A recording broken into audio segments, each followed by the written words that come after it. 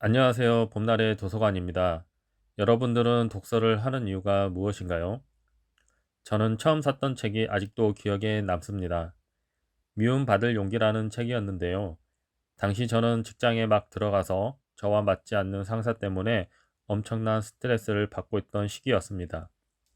책 속 구절들은 저의 상황을 마치 대변해 주고 한 문장 한 문장들이 마음을 위로해 주었습니다. 그래서 저는 그 책을 모두 읽었을까요? 아니요, 다 읽지 못했습니다. 물론 책을 꼭 완독해야만 하는 것은 아닙니다. 하지만 적어도 저자의 의도 정도는 의미할 정도의 기본적인 독서량은 되어야 책을 읽었다고 할 수 있겠죠. 퇴근하고 집에 들어오면 녹초가 되었고, 만약 퇴근한 날이더라도 저녁을 먹은 이후부터 졸음이 쏟아져서 몽롱해졌다가 정신이 들 때쯤이면 밤 9시가 되곤 했습니다. 이후 밀린 유튜브 감상 등을 하면서 시간을 보내다가 밤늦게 되어서야 자는 일상을 반복하고 있었죠. 분명 책 속에 저에게 도움이 되는 문장들이 있다는 것을 알면서도 말이죠. 이유는 독서가 제 몸에 습관이 들지 않았기 때문인데요. 오늘은 제 몸에 습관이 형성되는 과정과 어떻게 하면 독서도 습관이 붙어 잘 할 수 있을지에 대해 이야기해 보려고 합니다. 1990년대 매사추세츠 공과대학교 MIT 두뇌인지과학과에 있는 건물에서 한 실험이 있었습니다.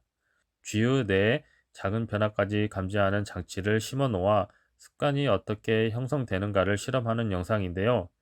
실험은 딸깍 소리 신호가 나면 통로를 열어주고 통로 왼쪽에 초콜릿을 먹는 보상을 주는 실험이었습니다.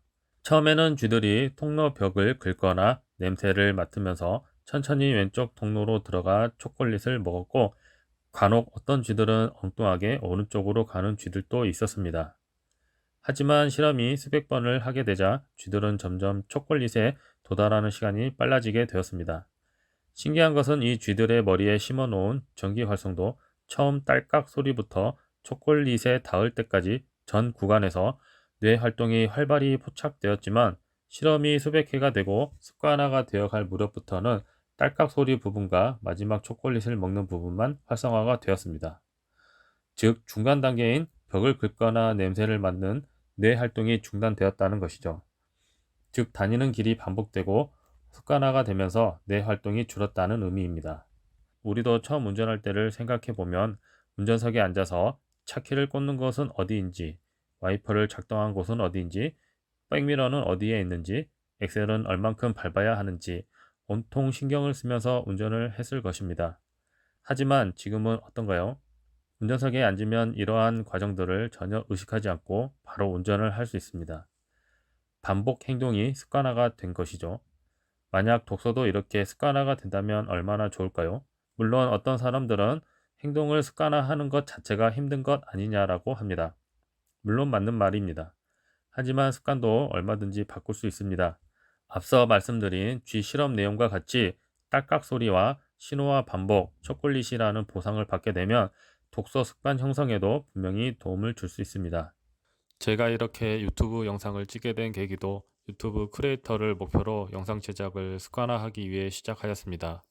목표는 일주일에 짧은 영상 한 개는 만들어서 올리는 것이고, 매일 30분에서 1시간씩 영상 제작에 시간을 쓰고 있습니다.